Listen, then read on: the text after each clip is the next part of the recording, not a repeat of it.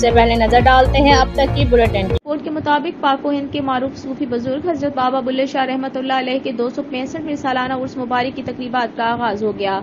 सूबाई वजीर दाखिला कर्नल रिटायर्ड सरदार हाशिम डोगर ने उर्स मुबारक की तकरीब का इफ्तिताह मज़ार अक़दस को गुस्ल देकर किया। मुल्क कौम की तरक्की, सलामती, कुदरती आफात और बीमारियों से बचाव के लिए खुसूसी दुआ की गई।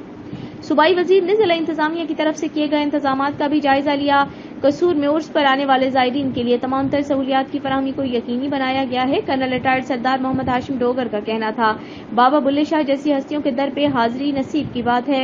बाबा बुल्ले शाह से मुसलमानों के साथ साथ दूसरे मज़ाहिब के लोग भी अकीदत रखते हैं। उनका कहना था, औलिया का फैजान है कि पाकिस्तान में सांस ले रहे हैं। औलिया अल्लाह के मज़ारात से रूहानी और कल्बी सुकून मिलता है। बाबा बुल्ले को नस्ल से बालातर होकर रवादारी, अखुवत और इंसान दोस्ती का पैगाम दिया है।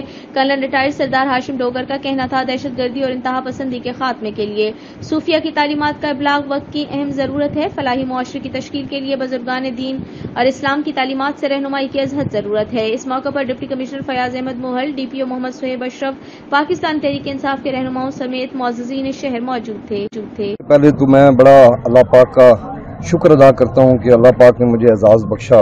आज मैं हज़रत पीर बाबा बुल्ले शाह साहब के दरबार पे हाज़िरी दी। गुस्ल देने की अल्लाह पाक ने मुझे तौफीक अता की और ये 265वां उर्स है।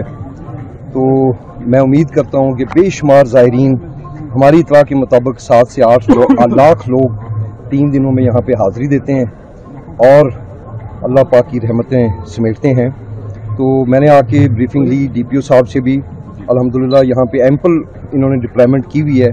1200 से 1300 लोग हर वक्त यहाँ मौजूद रहेंगे क्योंकि आवाम की जानो माल की सिक्योरिटी हमारी जिम्मेदारी है।